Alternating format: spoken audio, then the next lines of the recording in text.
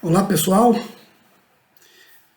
estou aqui mais uma vez nesse meu canal do YouTube, né, para trazer mais algumas reflexões, né. Eu tenho feito isso toda semana, nesse momento que nós estamos forçosamente, né, distanciados em uma quarentena devido a essa doença, né, Covid-19, e a um vírus, mais um desses micro-organismos que nos deixam nessa situação, e já tem séculos que a gente tem que conviver com esses micro-organismos, né, que trazem diversos tipos de doenças.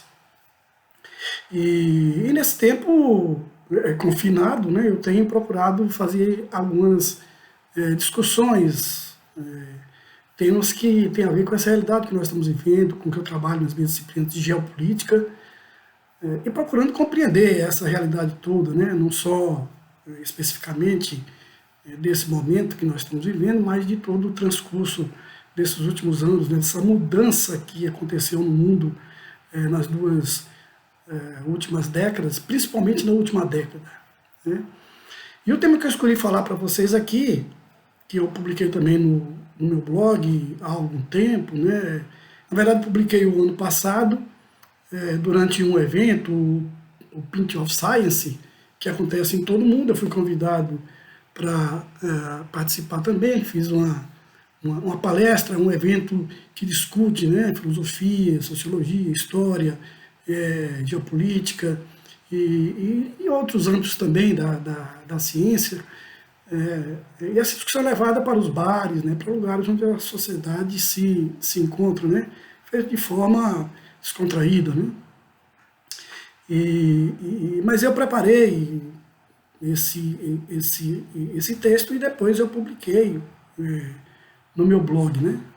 Eu fiz uma atualização dele, né? E quero trazer essa discussão porque tem tudo a ver, né, com essa situação também que a gente vive, né?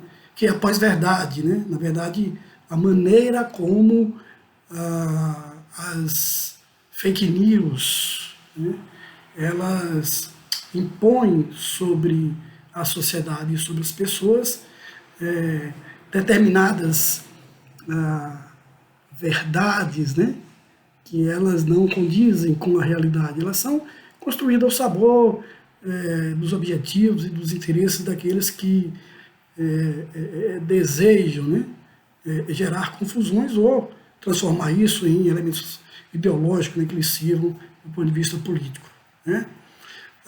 Então essas reflexões e essas indagações que eu procurei fazer a respeito da pós-verdade, né, ou até mesmo, né, daquilo que nos aparece, que nos é apresentado como imponderável, né, algo que na verdade imposto de diversas maneiras, né, por diversas compreensões, diversas concepções, né? No senso comum, nós costumamos ouvir com frequência, né?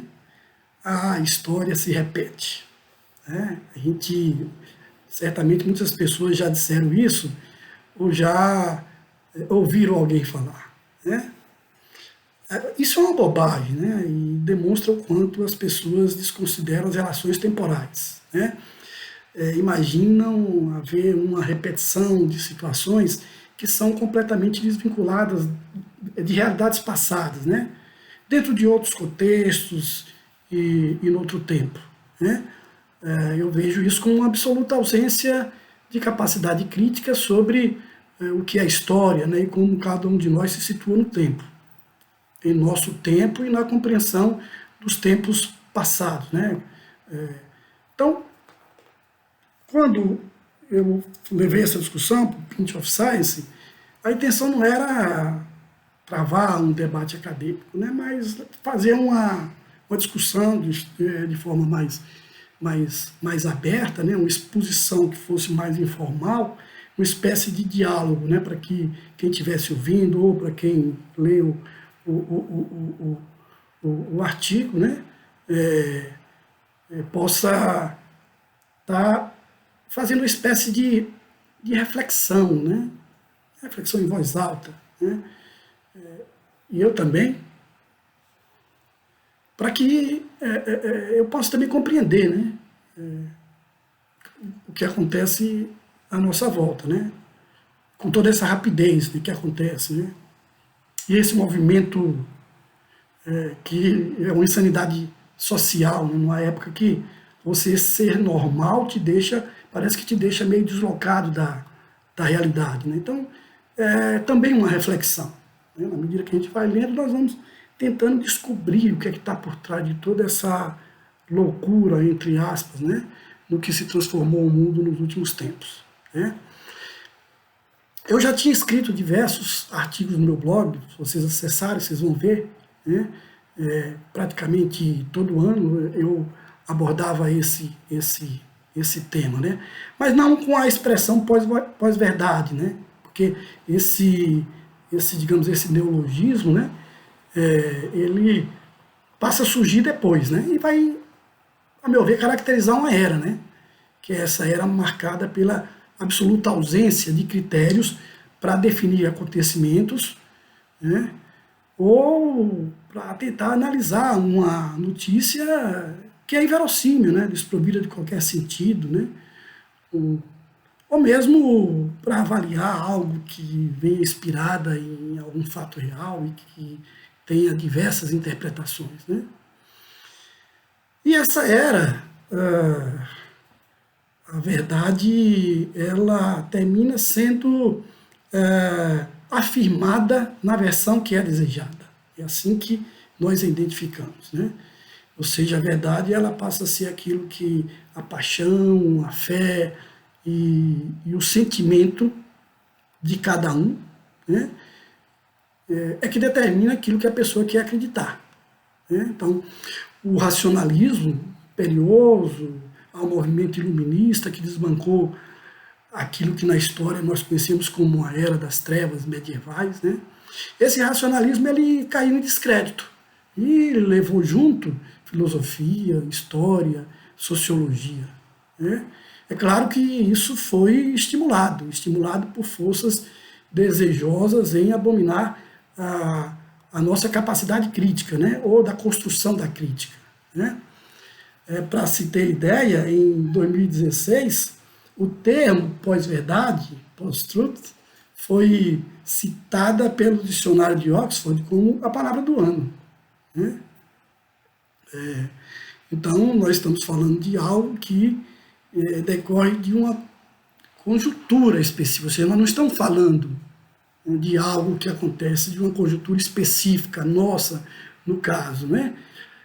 Mas já advém de um processo político complicado que combina inclusive em um personagem aqui, no caso do Brasil, que se torna presidente, né? Mas também não só no Brasil, mas também nos Estados Unidos, beneficiados por esse ambiente de fake news, né? E são exatamente as fake news os instrumentos, né? Ou o instrumento que consolida a era da pós-verdade em todas as suas dimensões. Esse fenômeno, portanto, é característico de uma época que só pode ser compreendida em toda a sua dimensão histórica, né? Portanto, é correto, a meu ver, afirmar que o auge desse tempo, né, de desvio de rota na forma como a sociedade se posicionava foi o momento que estourou a crise econômica, lá em 2007, né? Embora suas causas já viessem de bem antes, né? Mas nós podemos também recuar um pouco mais no tempo, né? Vamos ampliar esse espaço-tempo aí, destacar um fato que literalmente implodiu, né, as mais ferrenhas convicções e abriu caminho por uma década de instabilidade crescente, né, dentro de cada país e entre boa parte desses países, né, que foi o ataque às Torres Gêmeas, né, o World Trade Center, né, um ataque terrorista em 2001, né, que aconteceu também contra a Casa Branca, embora esse ataque foi fracassado, o avião foi derrubado antes de atingir o alvo, e o terceiro que foi ao Pentágono, né.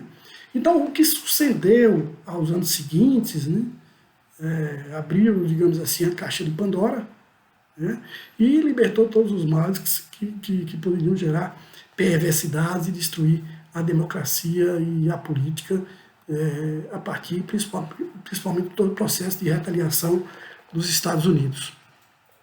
E lá nos Estados Unidos, o Patriot Act significou exatamente o começo da ausência de liberdades individuais e a perda de privacidades, né? Lá e também para o mundo, né? O medo gerado pelo ataque terrorista, ou não só pelo ataque ao Trade Center, mas o medo de que outros ataques viessem a surgir, né? A acontecer. E o uso desse sentimento, a partir de então, para justificar perversidades, né? Perversidades inomináveis, né? Reações terríveis a esses fatos, né? E que transformou o mundo, sinalizando uma mudança fundamental na maneira como as sociedades elas se comportavam até então, né? E até então, mediante a propaganda que se fazia da globalização, né? Então, nós vamos ter, a partir daí, uma mudança considerável na forma como, digamos, a humanidade ela vai seguir, né? É importante, no entanto, nós deixarmos bem claro que a mentira como arma, ela sempre esteve presente ao longo da história da humanidade, né? Então, não se trata apenas de um instrumento de nosso tempo. Mas a forma como ela se torna algo quase que praticamente unânime do ponto de vista da utilização das armas políticas, né, ela vai decorrer exatamente da maneira como vai sendo construído nos tempos atuais, né, em versões cada vez mais fantasiosas, sendo repetidas infinitas vezes, né, e demonstrada por meio de informações não comprováveis, né? Mas ditas e repetidas enfaticamente por autoridades, né? Sem que o contraditório seja apresentado, né? E pouco a pouco as pessoas elas vão assimilando aquilo que é dito com insistência. E assim se forma a dita opinião pública. O grande momento disso tudo foi exatamente a propaganda feita para justificar a invasão do Iraque, né, pelos Estados Unidos, com base em informações falsas, né, depois devidamente comprovadas, e grandemente construídas, né, com o apoio da grande mídia. Né. A grande mídia. Okay? Então a grande mídia ela é responsável pela origem das fake news como nós conhecemos, como se deu nos dias de hoje. Né. Então, os fatos vão demonstrar os equívocos cometidos nessas ações, né, e a perversão gerada com destruição de países, ampliação de deslocamento de populações pelo mundo, insegurança, aumento de violência, né, e a crise. Então, aí nós chegamos na crise econômica global, cujo ápice aconteceu entre 2007 e 2010, né, mas que veio, né, gerando instabilidade na economia mundial até esse momento agora que a Covid-19 termina por paralisar praticamente todo o processo produtivo. Né? Mas as análises que foram feitas nos grandes jornais, né, fizeram poucas relações, né, entre esses atos, da forma como eles aconteceram, e o desencadear de uma crise mundial. Né? E aí, evidentemente, nós passamos os anos e esses acontecimentos foram sendo esquecidos, né? Como se, de repente, as pessoas esquecessem por completo o que aconteceu há pouco tempo. Né? E passassem a refazer seus conceitos de forma aleatória. Né? Então, houve um esquecimento, né? Houve uma espécie de amnésia coletiva, né, que acometeu a maioria das pessoas indistintamente. Mas, não propriamente de forma aleatória, né? Porque, na verdade, tudo decorre de algum tipo de ação. Nós falamos aleatoriamente em função de fatos que aparentam estar ou serem desconexos. Né? Mas não há aleatoriedade, não há acaso. Né? O correto é nós falarmos em causas. Né? Mas negar a verdade como estratégia de ação e desconstrução do seu oponente passou a assumir a condição de praticamente de uma arma, né? A partir desses formatos aí que eu acabei de abordar. Né? E, claro, com a falta de perspectiva que foi criada pela crise, né? Uma crise que quase quebrou o sistema financeiro mundial, né? Aí o medo ele vai adquirindo uma nova conotação, né? Já não mais somente diante da guerra, né? Ou da violência cotidiana, que vai se ampliando com a crise, mas diante da ausência de caminhos que indicasse alternativas melhores, né? Para que cada um pudesse acreditar que nós teríamos um futuro melhor. Né? Então passamos a vivenciar, principalmente a partir de 2010, uma virada no comportamento das pessoas, né? Induzidas por discursos radicais, sectários, alimentados pela fé, instrumentalizados por práticas ultraconservadoras, disseminadas em um ambiente tóxico que só piorava como consequência da crise econômica. Né? Aqui no Brasil, o ápice, o auge disso foi exatamente o ano de 2013, né, com as chamadas Jornadas de Junho. Mas vamos pegar no âmbito mais geral, né, porque isso veio para o Brasil de fora, como influência do que aconteceu, principalmente nos Estados Unidos. E dois momentos foram marcantes, né, para acentuar esses comportamentos. Né? Então, em meio ao mundo que já não girava somente em uma direção, né, mas um mundo completamente sem rumo. O primeiro foi a eleição de Barack Obama. Né? Então, estou indo lá bem atrás no tempo. Né? Porque, a bem da verdade, as fake news, em todas as suas dimensões, elas se amplificaram, né? Se ampliaram incontrolavelmente a partir de então. A eleição de Obama despertou nos setores mais conservadores, estimulados pelo fundamentalismo religioso, um ódio étnico-racial visceral e uma intolerância inédita nas relações políticas naquele país a partir do século XX. Né? O Tea Party é um grupo que se contrapôs lá ao Obama, né? E é um grupo, um movimento que tem origem em setores evangélicos ultraconservadores, se encarregou de espalhar mentiras, né, envolvendo Obama, e isso prosseguiu por todo o período em que ele foi presidente. Né. Então transformou-se em uma estratégia política, que teve sua experimentação mais determinante para além dos Estados Unidos no plebiscito que aconteceu no Reino Unido, né, quando a população foi chamada a decidir sobre a continuidade ou não da União Europeia. Né? O Brexit, como esse movimento foi chamado, se constituiu um laboratório por excelência para essa nova prática política, onde a mentira, espalhada persistentemente pelas redes sociais, passou a adquirir áreas de verdades. E os fatos eram desconstruídos por discursos toscos, sem fundamentação na realidade, mas que se escoravam nas decepções, frustrações, sentimentos de desprezo pelas instituições e pela política, e na incapacidade das pessoas refletirem criticamente sobre realidades complexas, em um ambiente em que as tecnologias dos smartphones reduzem a capacidade de compreensão por meio de uma inundação de notícias. As desejadas e tornadas críveis passavam a ser aquelas que melhor se inserissem nos desejos de cada um. Então, a verdade, ela passou a ter, então, essa conotação do que cada um desejava dar às suas escolhas. Né? E aí também você tem o começo, né, do fim da democracia, né? E uma derrota da política. Né? Porque a democracia ela vai ser desacreditada e a política ela vai ser achincalhada. Né? A eleição de Donald Trump foi um outro momento. Né?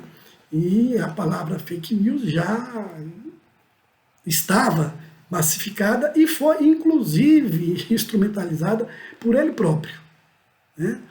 Então, quando ele se torna presidente dos Estados Unidos com base em fake news, né? Por esse mesmo mecanismo que envolveu aí todo esse movimento lá para o Brexit, e tinha por trás um estrategista chamado Steve Bannon, que auxiliou também aqui na eleição de Bolsonaro no Brasil, né? E depois de eleito, o Donald Trump ele passou a usar a estratégia contra a imprensa, em que todas as vezes que ele tinha as suas ideias contrariadas, ou quando reportagens emitiam fatos que ele considerava pérfidos, né, sobre a sua moral, sobre a sua história, né, de rico empresário, né, muito embora fossem verdades, ele identificava como fake news. Então, tudo para o Donald Trump que não lhe agradava ou não agradava aos seus seguidores, ele considerava fake news, e isso era disseminado pelos seus seguidores, né? Nas eleições, isso foi muito usado, né? Principalmente contra a Hillary Clinton, que era a candidata que lhe fazia oposição, né? E essas notícias todas elas eram compartilhadas aceleradamente, né? E por seus seguidores e por robôs, né, construídos com esse objetivo, né, robôs de inteligência artificial, virtuais aí, né? E as pessoas não checavam os fatos e passavam porque o próprio título já identificava aquilo que ela gostaria que fosse, né?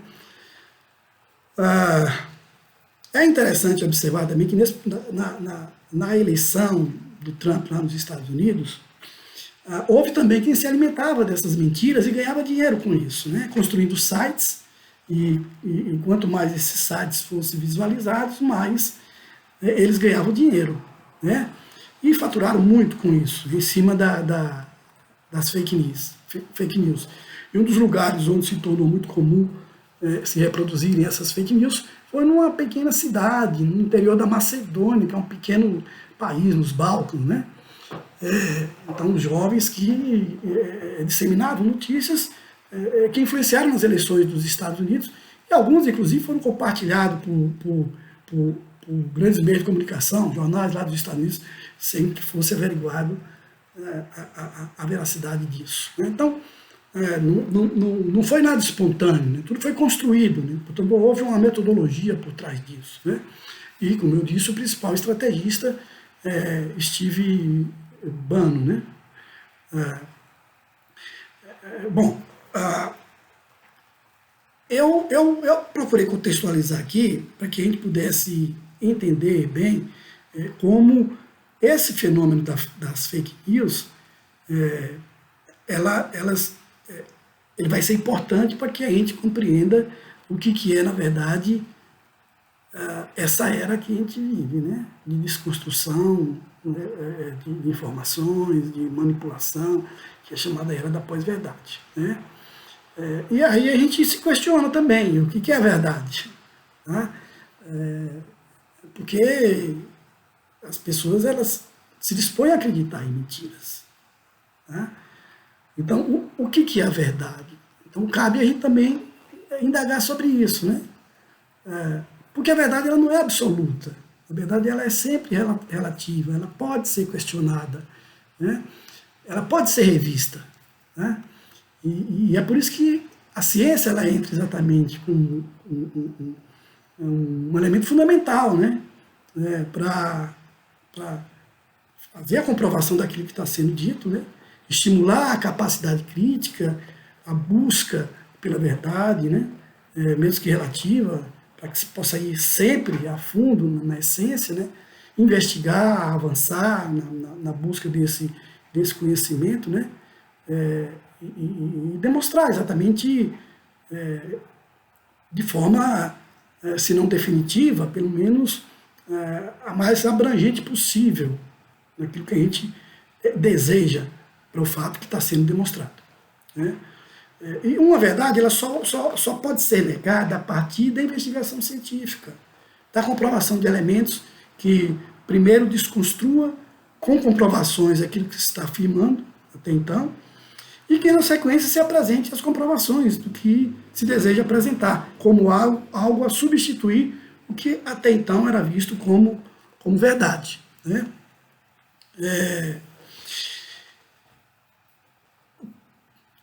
Aí eu entro com algo que é bastante da minha formação, né? Que é a dialética.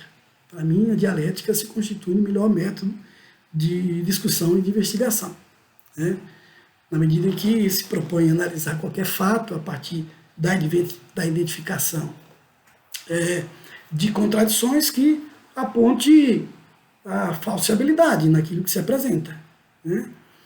Ou que, então, se imponha como uma antítese daquilo. Né? E na impossibilidade de que essa antítese se apresente como algo definitivo, né? Nesse questionamento, que se faça então a síntese, que é o caminho para aglutinar todo esse conhecimento, né? O que foi comprovado e o que não foi comprovado, né? Até que mais adiante aquilo possa ser negado. Então é dessa maneira que nós nos aprofundamos em busca da verdade. Mas nós vivemos exatamente no tempo em que a ciência está sendo atacada. Ela está sendo exatamente desconstruída para que não haja esse caminho da investigação. Né? Nós não podemos, né, desconsiderar também algo, né, sem que haja elementos comprobatórios para isso. É por isso que antes de nós negarmos aquilo que nós possamos estar eventualmente discordando, nós precisamos demonstrar que aquilo não é verdade. Né? A humanidade ela avançou exatamente estabelecendo esses pressupostos, né, em que a cada novas descobertas se ampliava o horizonte dos conhecimentos e se avançava na produção de algo qualitativamente superior, que não é jamais definitivo. Né? Bom, o que se pretende hoje, com alguns discursos obtusos, né, na desqualificação de áreas importantes das ciências humanas, é erradicar essa possibilidade de interpretação dialética, né, com o objetivo de colocar determinadas visões de mundo e compreensão da realidade como sendo definitivas, né, e imutáveis. Né. E isso significa construir um mundo totalitário, onde o pensamento crítico se torna algo marginal e perigoso, como, aliás, funcionou em outros tempos tenebrosos, né? Já me referi lá atrás, por isso denominado de trevas medievais, né? Quem assistiu o filme O Nome da Rosa, né, vai exatamente se lembrar. Retrata esse tempo onde o conhecimento estava sob controle da igreja e os que ousassem pensar de forma diferente seriam submetidos a julgamentos da Inquisição e a serem mortos por questionarem os dogmas religiosos, né? Ou por avançarem para além do que aqueles dogmas diziam. Né? A outra questão, para além da verdade, que precisamos compreender, é como as pessoas se dispõem a acreditar em coisas que são ditas sem que haja a menor lógica por trás. Né? Ou sem que exista qualquer comprovação daquilo que é fato, que é real, como já disse. Né? Então, daí a importância de entender a contextualização. Então, o que vai poder nos aproximar da compreensão do que faz isso ser possível é entender historicamente as condições reais de existência dessas sociedades e dessas pessoas, ou seja, condições que as empurram, né, em direção a uma cegueira, né, e cegueira aqui entendido como alienação, e de crença radical em versões de acontecimentos que não correspondem àquilo que entendemos ser a verdade, porque é possível de ser comprovada. Né? Bom, para quem trabalha com raciocínio crítico, dialético, a dúvida e a necessidade de comprovação é condição necessária para acreditarmos. Né? Mas o que move as pessoas que acreditam em fake news? Né? Aí eu acho que é importante a gente trazer para discussão aqui a tecnologia, né? Como a tecnologia tem sido usada como uma difusão da informação, né? E se constituindo um forte componente também do fortalecimento do poder das igrejas, né? E isso, com o uso em larga escala das redes sociais e das mídias, disseminam elaborações de fatos, versão ao sabor das conotações ideológicas, né? Isso é usado por diversas igrejas, mas também por outros que têm outras ideologias, né? Independente de ser de direita ou de esquerda, convenhamos, isso também é utilizado. Bom, esses componentes, aliados às questões conjunturais, crise econômica, crise política, né? Crise de valores, violência, xenofobia, intolerância, né? Nos situamos exatamente numa realidade em que as pessoas, a partir da própria situação de radicalidade que ela foi construindo a partir dessas condições que elas estavam, né, usam da seletividade para ler e acreditar somente naquelas notícias e fatos que lhes interessam. Então cada um passa a filtrar as informações e eliminar o contraditório. E assim não consegue identificar até onde aquilo no qual eles acreditam pode ou não ser verdade, né? Não há essa possibilidade do crivo quando se elimina o contraditório, né? Aí se afasta-se do outro que pense diferente, abomina-se qualquer outro tipo de ideia que traga contraposição, né? Não aceita, portanto, o outro indivíduo pelo jeito dele ser, por sua condição social, de gênero, de escolhas sexuais, políticas. Então, dessa forma, cada um passa a ter a sua verdade e a compartilhar somente com quem aceite. Então, vão se criando bolhas, né? A nossa humanidade, ela depende da nossa capacidade de aceitação do outro, né? Das nossas diferenças, das diversidades. Isso é a nossa maior riqueza. As pesquisas científicas, elas existem para demonstrarem aquilo que vemos, assistimos, acreditamos, né? E se merece ou não a nossa credibilidade. E a filosofia, a história, a sociologia, né, são áreas que, juntamente com outras áreas das ciências, tratam das relações humanas, das nossas condições sociais, da forma como nos comportamos e viver em sociedade, né?